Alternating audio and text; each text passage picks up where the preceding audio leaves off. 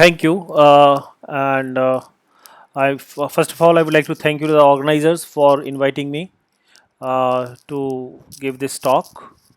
And I think it's a really very interesting topic that I have taken. Who wants to be a millionaire? And so, can you hear me? Everything is clear. Okay. Thank you. Thank you. So. Uh, this is a talk which normally I give, to people to motivate them to look at the mathematics, why they should look at the mathematics, and of course, it's a beautiful thing.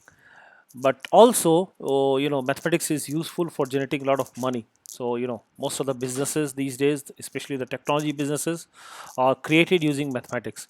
So I will show some of the basic directions in which people have created technology, and of course I'll show you a few things, and then I'll show you what is the future, where a mathematician or the people who wants to make money should look for a technology related company if you want to start. So let me share my screen actually. uh,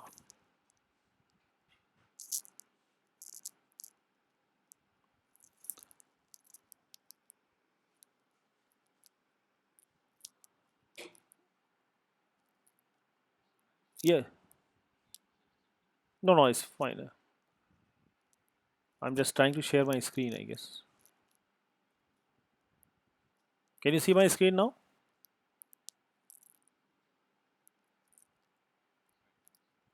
Okay, good. Yeah.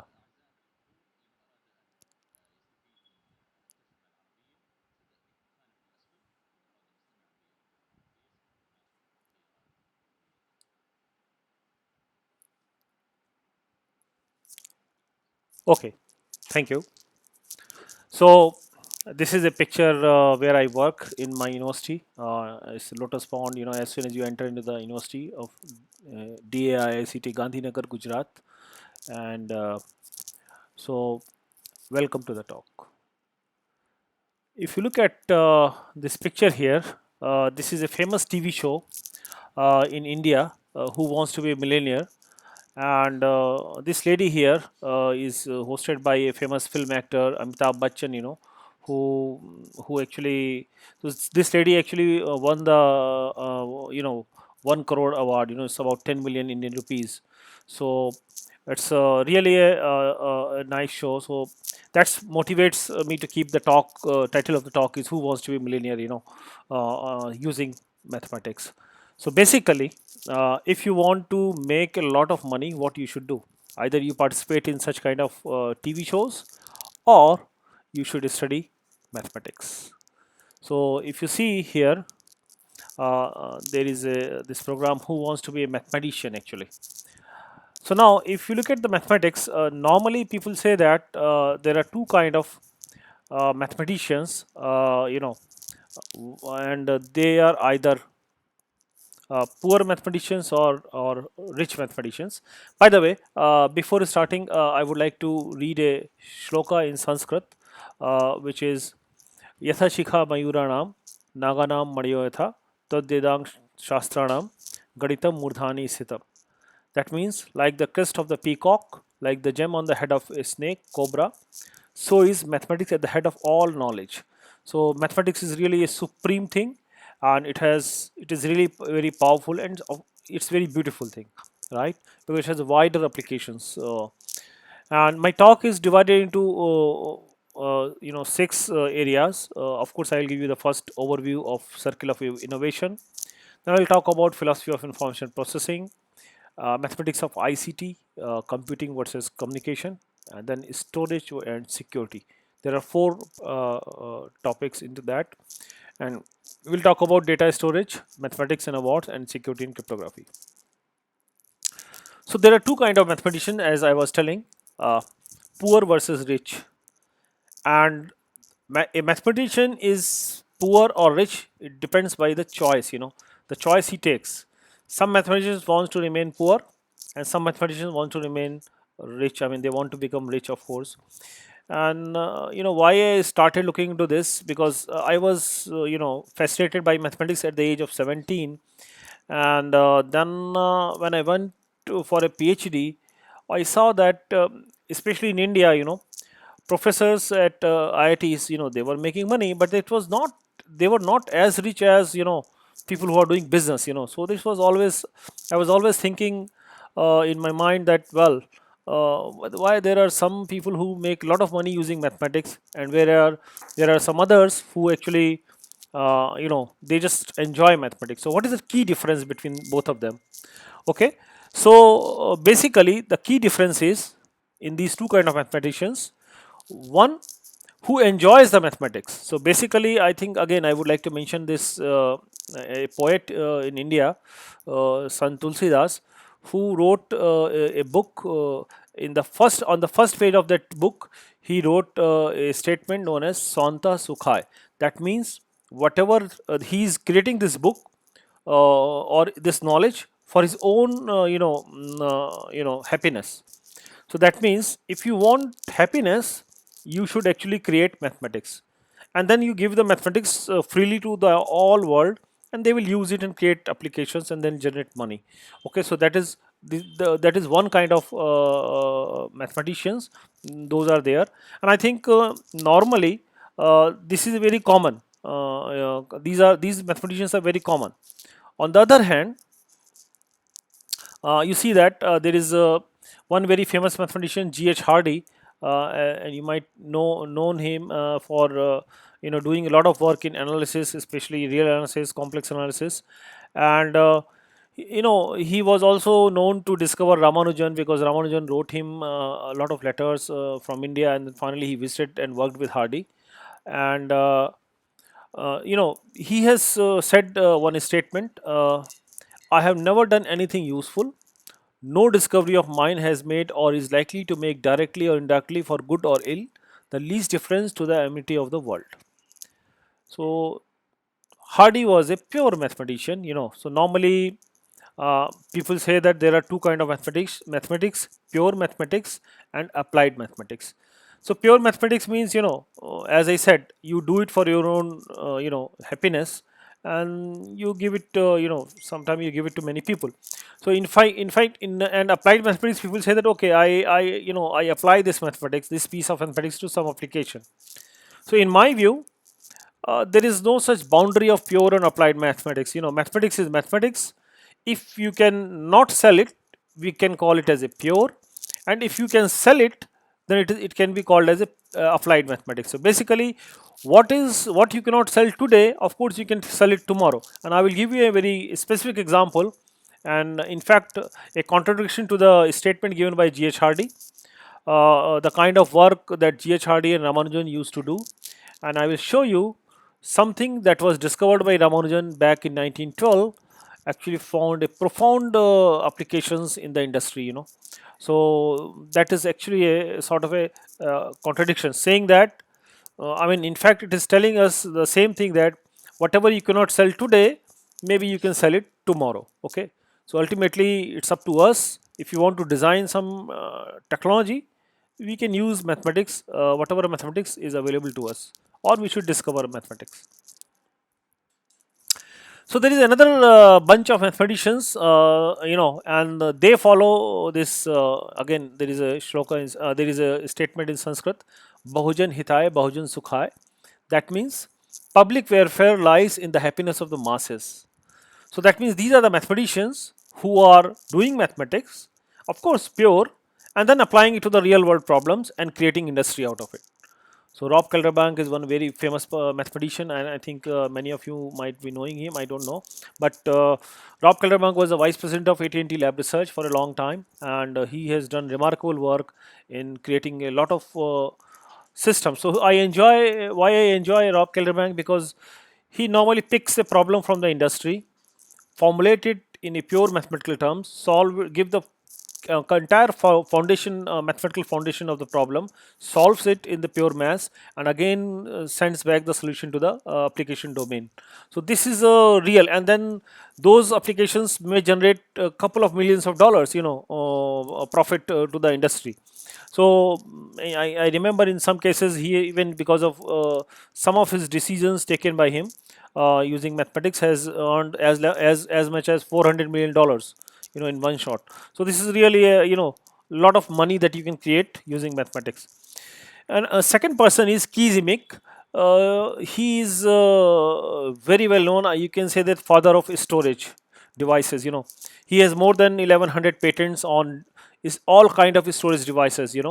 Uh, okay, somebody is asking a question, so maybe do you want? Should I take you the question? Yeah, if you want, I can answer the question. Any question?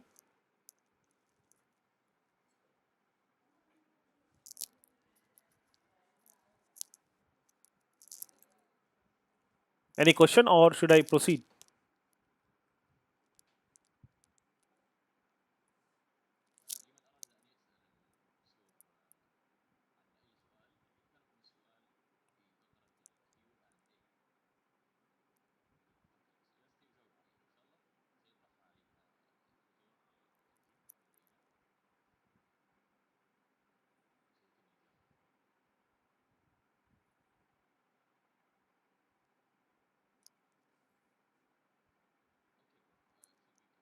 Okay, sure, sure.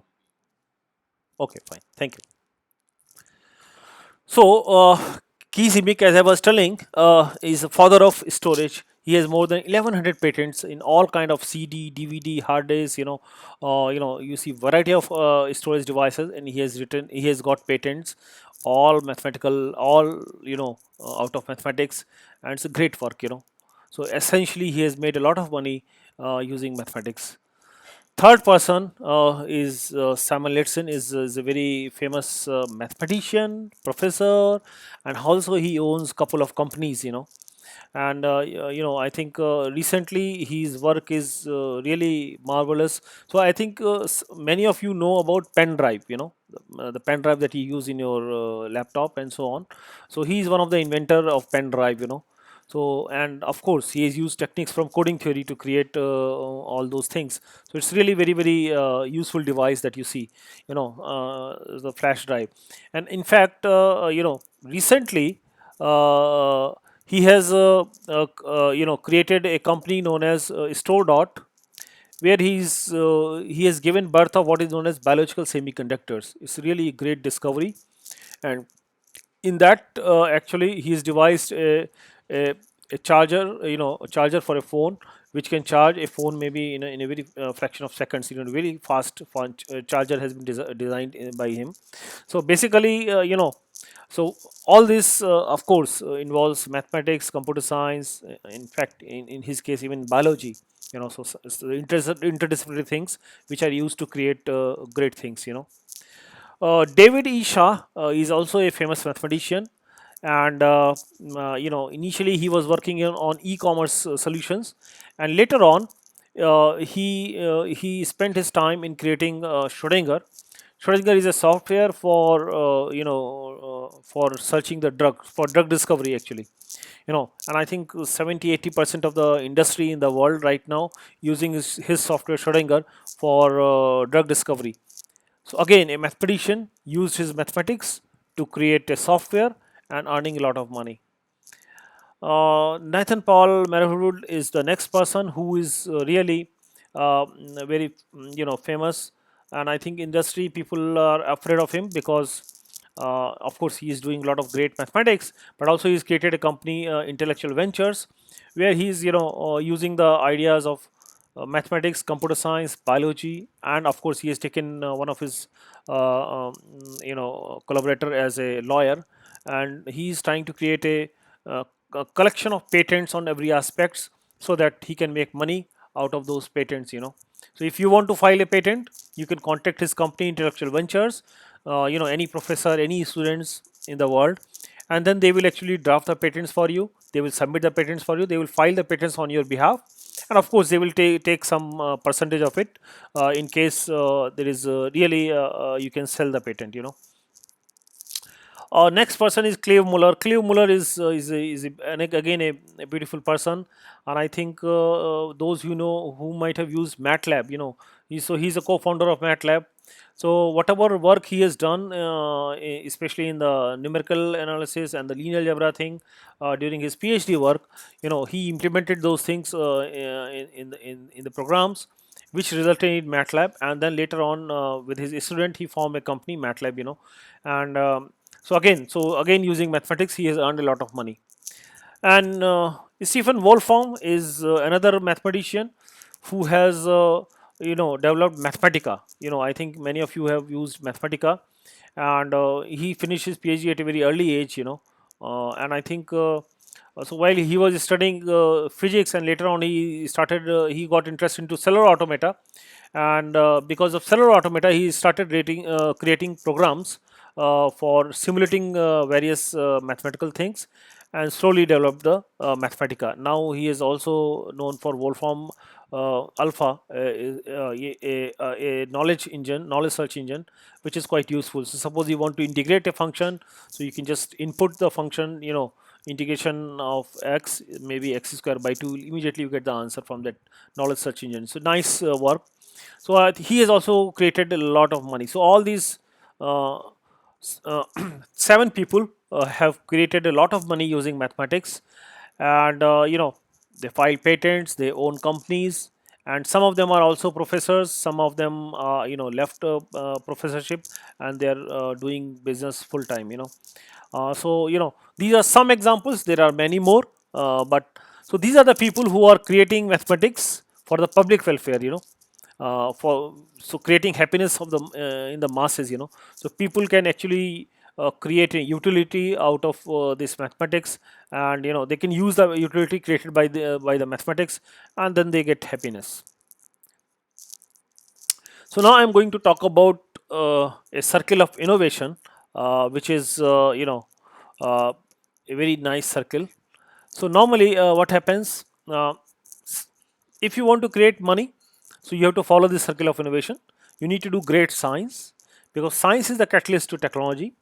Technology will give you a utility which people are going to use, and utility creates business, and then business again should pump back money to the science. So this is how the circle should be completed. So let me why great science? So as I told you, science is the catalyst, source of great ideas, power of imagination. So in science, if you know what you are doing, you should not be doing it. I mean, you should be that much crazy that if you know what you are going to do, probably you will not be able to discover great things. That's a quote by Richard W. Hamming, my favorite, who also in the inventor, who is also the inventor of coding theory, error correcting codes. And how to get ideas? That's another question. So how to get great ideas? So normally, I advise young students that on every weekend, go to a library and read periodicals on everything: science, businesses, technology, history. Read. And this reading business of general magazines, the magazines could be on technology related, maybe MIT Technology Review. The magazine could be Science, Nature, American Scientist, all different kind of magazines. Magazines in the business area. Fortune magazine. All these magazines will give you a lot of ideas, and I used to go a lot to the library in my young days, and I still have I you will see the future, where the future is heading, if you read all these magazines. Now, in the circle of innovation, next thing is technology. Technology is the application. So one can ask the question, what is engineering? Engineering is all about the control of science for the benefit of mankind. So science gives you engineering, gives you technology. In engineering, if you do not know what you are doing, you should not be doing it. Another statement by Richard Hamming. And of course, if you don't know that this, if you create a plane and you don't know whether it is going to fly, you'll never want to sit into the plane, right? In the same way, so as an engineer, if you want to create something, you should know what you are doing it actually. And then business, the third component of the circle of innovation, is the opportunity to sell your utility. So anything that won't sell, I don't want to invent. Its sale is proof of utility, and utility is success. Thomas Alva Edison said this, and as you know that Edison also has a lot of patents in his name, and also created the company General Electric, which is still running. He's also the founder of IEEE, the society. The earlier version of the IEEE was founded by Edison. So it's a great inventor, and I think you can say that Thomas Alva Edison is the first person on the planet who showed how to do the organized research, in the form of a teamwork to create great utilities. Of course, you know that he's created the bulb also. Okay, so business should fuels money back to the science. That's what is very very important. Now, what are the ingredients if you want to create a good startup or company out of mathematics? So, for any innovation to become a reality, we require a fertile ground, means conducive environment, correct timing. Timing is very very important. If you want to start a company and if the timings are not correct, technology is ready, then again you will not be able to get success. Next thing is you should have belief in the field, and of course you should have magnificent team of people who share your passion for the subject. And finally, determination and urge to succeed. You should have a fire in your belly to really get success. So these ingredients are sufficient for any innovation to become reality.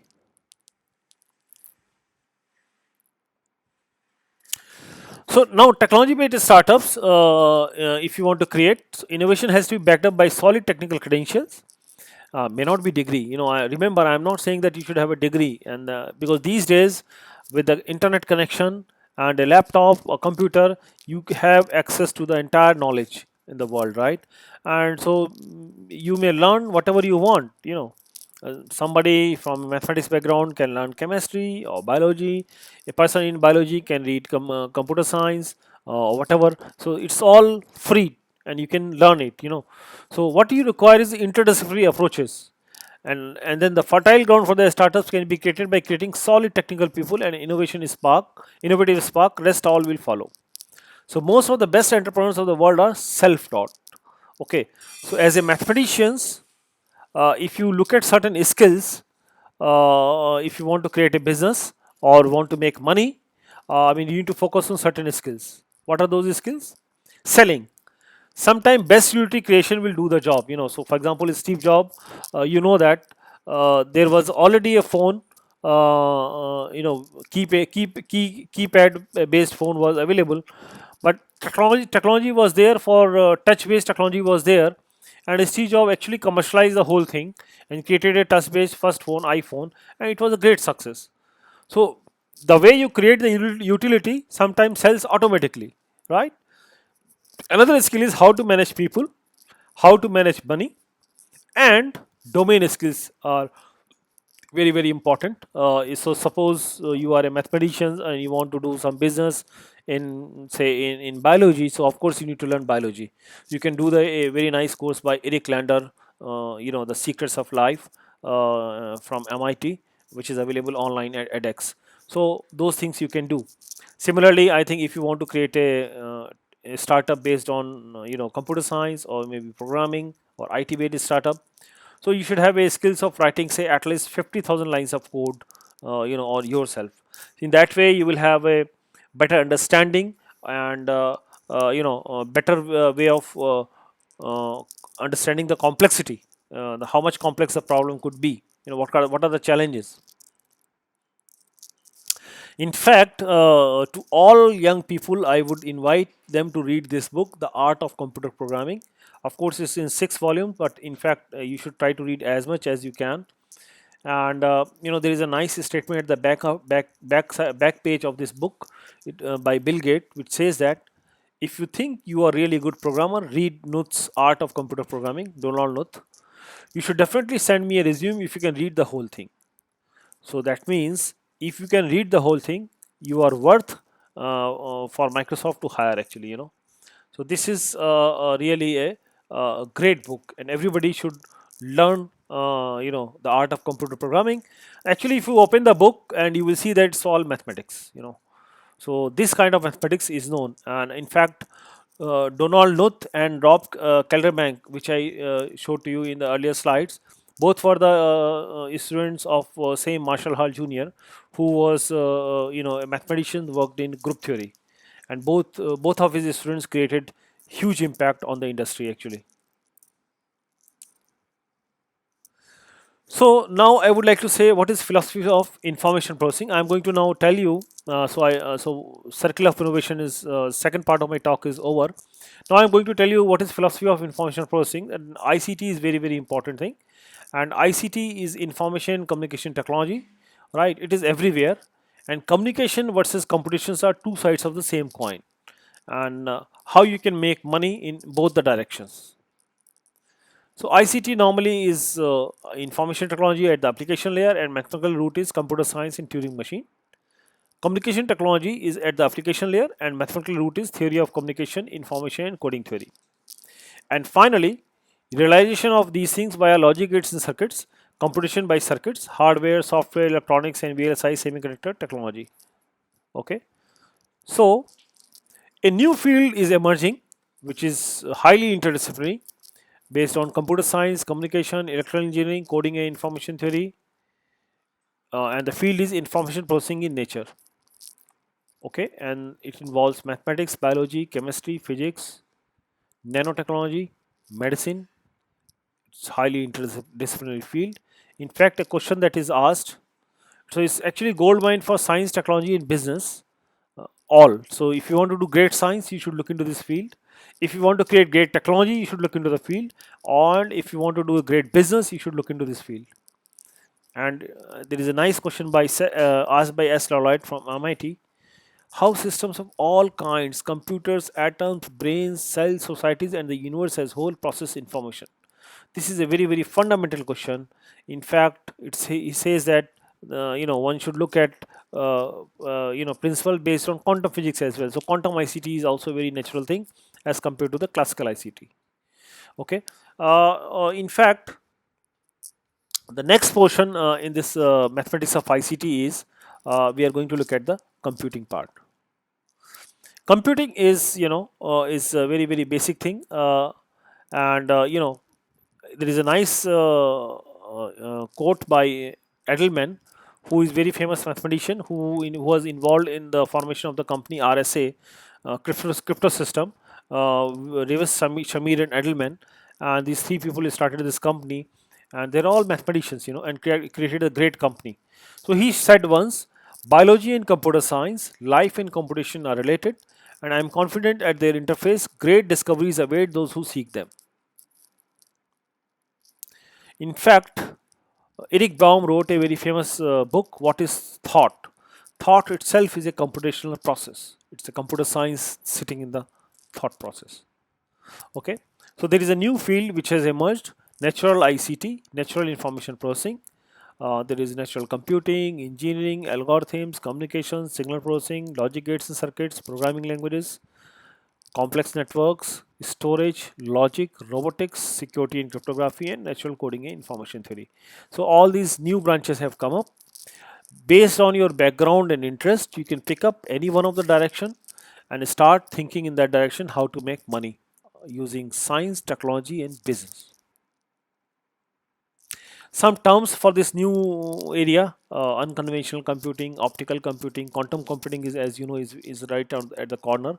Chemical computing, natural computing, DNA computing, wetware computing, molecular computing, uh, and so on. Billiard board computing, morphological computing, liquid computing, ant computing, monkey computing, and so on. There are so many things. I don't want to read all of them, but there are many of them. In fact, there is a famous quote by Steve Jobs. Again, at the intersection of computer science and biology, he's saying that I think the biggest innovations of the 21st century will be at the intersection of biology and technology. A new era is beginning. So this is a fundamental, thinking. So the great people are saying the same thing. If you want to do business, or if you want to do great science, or if you want to create a technology, you should look into this intersection of biology and computer science. Okay. Synthetic biology is kind of engineering. You create executable biology, and a lot of applications are there: biosensors, biomaterials, biofuels, diagnostic, biomedicines, drugs, vaccines, food ingredients, and of course it involves chemistry, computer science, biology, highly interdisciplinary field. engineering science, physics, and so on. So mathematics is as you can see that I have not written mathematics here, but mathematics is at the foundation. As I told you, it's a core without which nothing is possible. You another example of synthetic biology is this life 2.0, creating a ear, say, in this mouse. Okay. In fact, the circuits, you can actually see, this is a slide I have taken by Professor Still, who was at Harvard at one point of time. So now you see that a tale of two networks. Sea urchin is a species found, which is available in the ocean, and endo 16 gene circuit is available here. So in biology, great circuits are available if you want to really understand them. In this Drosophila fly, also there is a circuit for one of the genes. So all these circuits are complicated, and I think if you can understand all the circuits of a small species, say maybe a C. elegans, a worm, you will be, maybe you may get a Nobel Prize, because these are the great discoveries, things that are possible from the point of view of science. And once you understand the science, of course you can think of creating a technology and business out of it. Synthetic biology, one of the another application is glowing plants to light up your home. These plants can glow in the night. So this is a beautiful application. You don't require bulbs. Or you can require bacterial bulb. These bacterial bulbs are possible, which can give light in the night. In the morning, they are transparent. So during the day, they are transparent, but in the night they can uh, give light. So these kind of bulbs are possible. Next part, I would like to go for the communication part. So the communication part, I would like to say that in the last 60 years, 70 years, we have seen tremendous application of communications. We see internet today, right? And internet is also evolving now, as you know that the Elon Musk is creating his company Starlink is creating a vast network of satellites around the globe to create internet which is available at every inch of the globe, every inch of the planet. So with high speed internet, so these kind of things are possible. Communication has a very important component known as coding theory or error control, which is if you want to send information from one place to other place, or send information from now to then, you require error correcting codes. These are the algorithms which will protect the data from noise. Okay. So they have applications in phone, computers, internet, modems, mobile phones. So to process the data reliably, they use coding theory. And redundancy is very basic form of error correction. So suppose I am telling you something and you are not able to understand, you will say that please repeat. So repetition is a crude form of error correction that we use in every daily life. How old is coding theory? It's at least 2000 years old. For computing power of a number, Pingla is used to binary strings, given in this book, Chand Shastram. Um, this is a very nice, picture, which is common origin of coding theory in cryptography in 1605. Advancement of learning, Francis Bacon published this Omnia per Omnia bilateral cipher. So every ABCD alphabet of English is converted into, A and B. So it's a binary system. Uh, so basically, one thing you notice here, at that point of time, 1600 in English, there were only 24 alphabets, and you can see that J is missing and U is missing. T, V is there. After T, there is a V, and G, H, and J is not there. I is there. So this is something, a very interesting thing to note. For example, if you look at this word courthouse, the court spelling is COVRT and house is HOVSE. This is back in 1605. And later on, I think this code was modified to known as Bacon cipher. In fact, many mathematicians worked over it, and they created finally, uh, this kind of binary coded punch card for operating looms. This is the first picture created by codes. you know. And then SE code was developed finally in 1968, which we used today. And there were major telegraph lines. People used to send messages across these using Morse code, and then they used to study how much data we can send, what are the limits, and so on. And that resulted in information theory and coding theory. Okay, so Hamming actually used to give calculations to Model 5 Bell Laboratories general purpose relay calculator, and normally there was an error. So he used to go to give calculations on Friday, and when he come back on Monday, there is an error. So he said that when a machine can detect an error, why it cannot correct it, and that resulted in error correcting codes, the birth of coding theory.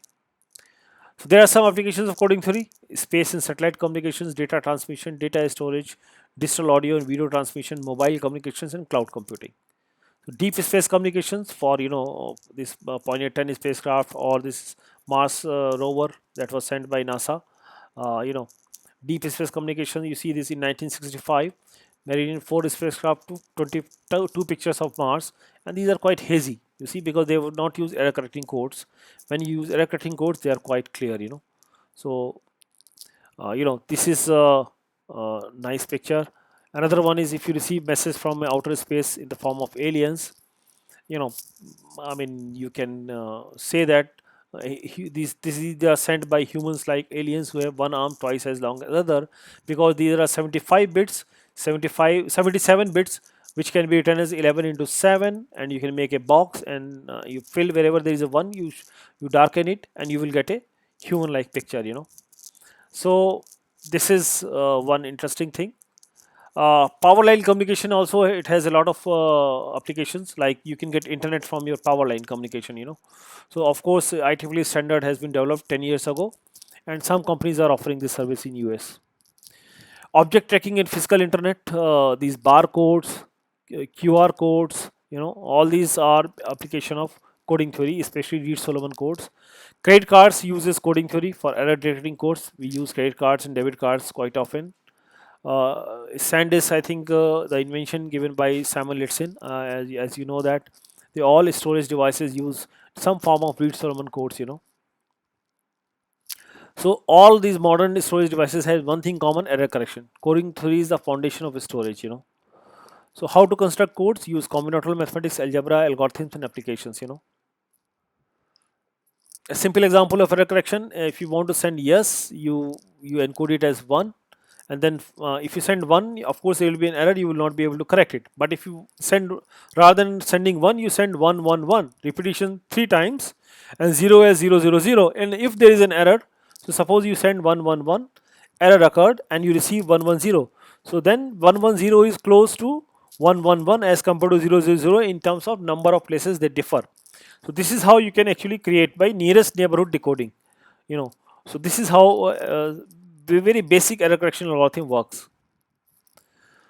So now I think I should say, as I showed you this slide earlier, Hardy has said that he has not done anything useful, and it turns out that Ramanujan found a system, in 1912. So in the coding theory, all these, so mother of all algebraic codes is BCH code, Bose-Chaudhuri-Hockingham code. It's a very famous code discovered in 1959 and 60, and they have applications in satellite communications, CD player, DVDs, disk drives, solid state drives. And while correcting errors, it requires solving system of equations. Okay, and this is the precise system of equations solved by Ramanujan in 1912. So he developed pure mathematics, in what he called pure mathematics. He doesn't know whether you can sell it, and it turns out that many patents have been filed based on these solving these equations, and in different applications. So this is see a beautiful connection between what mathematics you can develop and how you can apply. Other applications are software radio, software testing, ciphers, cloud computing, networking, cell phones. Next part, I would like to touch something on storage. So data storage, is a burning problem. Storage is a very fundamental need for both life and computation, and modern human stores data. So how much data we store these days is really a challenge. Let me show you. So some examples of natural storage is this honeypot ants. You see there, these are living food storage, honeypot ants, harvester ants, and they store their food, right? There is a huge history. Humans are storing data in the form of cave paintings, tally sticks, papyrus, paper, punch card, hard disk, floppy disk, phonograph, magnetic tape, Williams tube, CD-ROM, magneto-optical disc, compact flash, DVD, memory stick, USB flash drive, Blu-ray disc, high definition DVD, and cloud-based data storage. So currently we are using cloud-based data storage, where your file is decomposed into chunks. Chunks are replicated and thrown into the cloud, so that if there is a error, you can recover the data, by contacting certain nodes in the network. So, this is a very common thing. So, I will show you how Gmail is using 35 times applications earlier. So, this is a cloud center. Normally you can see a picture of a cloud is something like this. This is a Google file system. The file storage system is, application, master server, shadow master server, chunk servers, and file is distributed on these chunks in the redundant fashion. So the green one is replicated thrice here, pink one is replicated two times, and so on. So cloud is unreliable, data is stored in distributed fashion, hard disk failure, network failure, peer churning, malicious node. So coding theory is used for cloud as well. Now I will show you some of our work. We are generating a lot of big data these days in the form of these elephants. How many elephants we are generating? From the dawn of civilization until 2003, humankind generated 5 exabytes of data. 1 exabyte is equal to 1 billion gigabytes, in the order of 10 raised to power 18. So now we produce 5 exabytes every 2 days, and the pace is accelerating. This is an estimate given by the chairman of the Google in 2010, 10 years ago, 11 years ago. And nowadays, if we compare, so we can say that the size of the current internet is something around 700 exabytes. This is a really challenge where to store big amount of data. We are generating using internet of things lot of data in the order of, soon we will be generating data in the order of 10 is for 30. Okay. And so we have megabyte, gigabyte, terabyte, petabyte, exabyte, zettabyte, yottabyte, brontobyte, gigabyte is the largest. This is the new vocabulary that we see. And so one question that we can ask: how much resources are how much resources do we need if we want to store this data? How much money and how much space? So how big is yottabyte? So yottabyte will require, you can see that terabyte is, is fit in one kind of 1 terabyte hard disk is available. Petabyte is a kind of a pod, and zettabyte, yottabyte is there, and the cost is, the cost of storing the elephant is huge. So 1 yottabyte you can store in $100 trillion, is required in 2008 estimate. So a lot of money is required and a lot of space is required for these things. So what is the ultimate storage device? Is DNA storage. So 1 gram of DNA can store 455 exabytes of data. So 2 gram of DNA can store entire internet. It's a huge scalability that you can achieve. This is a picture of our work published in a newspaper. This we have shown to the prime ministers in a demonstration how we store data. This is how DNA data storage works, and I think we implemented it in the form of a software, DNA Cloud. Uh, you know, and yes, yes, sure. Okay, sure, sure.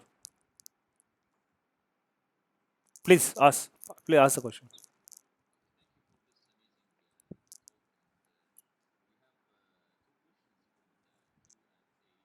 Mm-hmm, mm-hmm.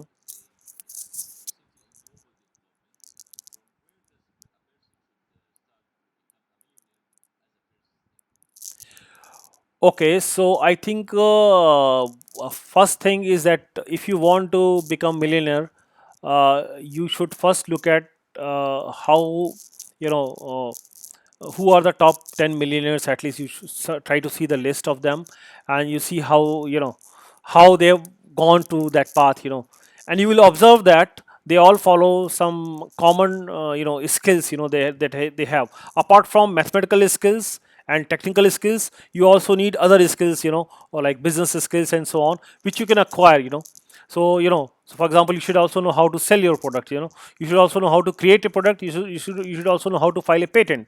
So multiple dimensional skills are required, and of course, in these days internet is available, so you can easily learn those things, from the internet without any problem, yeah.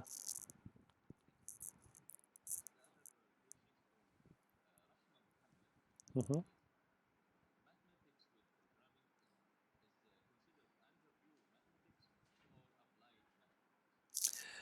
Well, as I said, that if you can sell your program, then you can say it's an applied mathematics. If you cannot sell it, then you can say, okay, it's a pure one. You enjoy it for your happiness.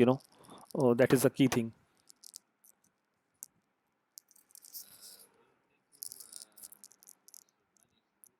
Mhm.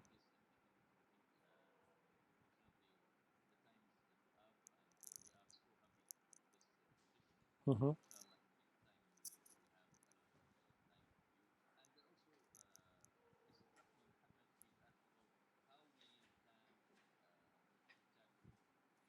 Yeah, so you can actually send me an email. I mean, you can search me on Google by name ManKG, MANKG. So you can find mankg.com, my homepage. You can find my all contact information there. Mankg.com, or I think you can see that on the guptalab.org also. My name will be there, Manish Gupta, and you can actually contact me. Yeah, I will be happy to answer any questions, in any direction, if you want to see how mathematics can be applied in different diversified fields, so I am available there.